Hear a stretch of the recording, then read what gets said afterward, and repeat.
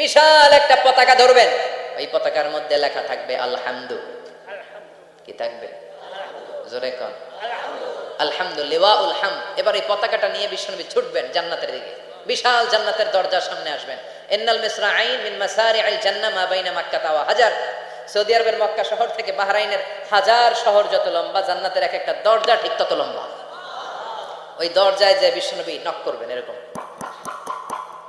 আউয়ালু মান কারাআ বাবাল জান্নাহ, সর্বপ্রথম জান্নাতে নক করার সাথে সাথে ফাফুতিহা বাবুল জান্নাহ, জান্নাতের দরজা খোলা হবে।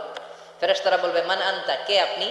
বিশ্বনবী বলবেন আনা মুহাম্মদ সাল্লাল্লাহু আলাইহি, আমি মুহাম্মদ। ফেরেশতারা বলবেন আপনার জন্যই দাঁড়ায় আছে। আল্লাহ বলে দিয়েছে আপনার আগে কারো জন্য যেন এই দরজা খোলা না হয়। ওয়ালা সাউফা ইউতিকা রাব্বুকা ফাতারদা, ও নবী অচিরে এমন এমন জিনিস আপনারে দান করব, এগুলো পেয়ে আপনি খুশি হয়ে যাবে।